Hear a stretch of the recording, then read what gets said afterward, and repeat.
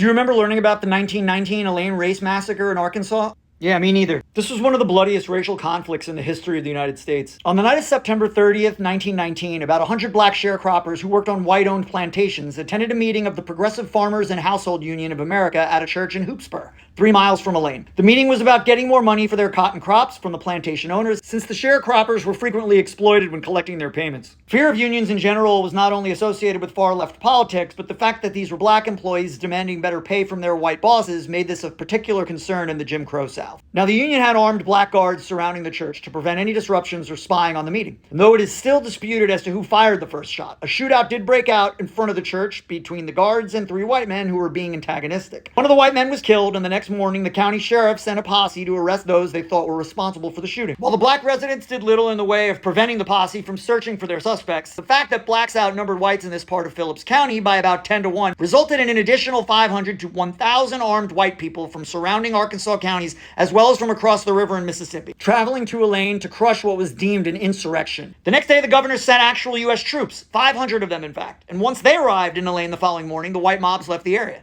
While the military placed several hundred black people in makeshift stockades until they could be interrogated and vouched for by their white employers, mobs of whites slaughtered blacks in and around Elaine, shooting them indiscriminately. Many were tortured by the troops to make them either confess or give information. It's been estimated that over 200 black Americans lost their lives during this massacre, and many more were arrested, put on trial, and several were found guilty despite their white lawyers who were appointed for them not interviewing any witnesses. After a dozen black men were sentenced to death by the electric chair, 65 others entered plea bargains and were sentenced to up to 21 years for second-degree murder. While some had their charges dismissed, there was a lengthy legal struggle to get the 12 sentenced to death, now known as the Elaine 12, off of death row, and eventually they were. But this doesn't change the fact that the military was called in to carry out a race massacre under the guise of stopping an insurrection. We need to demand that this incident, as well as all others like it, be taught in school. The Elaine massacre occurred during what is called the Red Summer, where over 3 dozen racial conflicts, lynchings, and riots took place. This was only about 100 years ago.